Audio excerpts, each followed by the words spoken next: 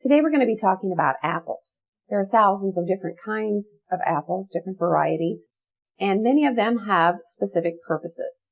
Some are for eating, some are for baking, and some make really good applesauce. Today we're going to be making an Apple Cranberry Crisp. It's the ultimate comfort food in that it goes in the oven, it comes out warm, it makes your whole house smell good while it's baking. And the good news is it's fairly easy to make. We have an assortment of apples here today. Although a basket of apples looks nice on your counter, the skin of the apple is of course gas permeable, and exposing the apple to oxygen is going to make it less crisp. So you want to store them in your refrigerator in the crisper drawer. We've chosen golden delicious apples, but we could easily add a Jonathan to add a little more tartness. So why don't we do that? Quarter, core, peel, and slice it and put it in the bowl.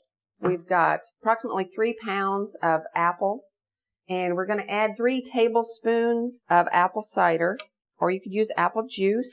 Toss the apple cider. Then we're going to add half a teaspoon of cinnamon, half a teaspoon of nutmeg, and then we have about a half a cup of dried cranberries. The next thing we're going to work on is our crumb topping. Half a cup of all-purpose flour. You could use whole wheat.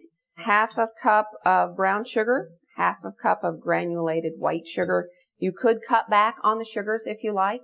And half a cup of old-fashioned rolled oats. The next ingredient is going to be some sort of fat. So we need to add margarine or butter. Cut 4 tablespoons of butter into the dry ingredients. You could take your knife and cut little pieces of the butter. Some people take 2 forks and mash the butter into the dry ingredients, or you can use what's called a pastry cutter. It's important that the butter or margarine is cold. What you want to end up with is pea-sized pieces. We've prepared a baking pan by spraying it or greasing it. We're going to place the apples and cranberry mixture. Sprinkle this topping over the apples. We've preheated our oven to 375. We're going to cover it with tin foil. Bake it for approximately 30 minutes. Then we're going to uncover, bake an additional 20 minutes until the top is nicely brown and the apples are bubbly. And at only 160 calories, not a bad treat.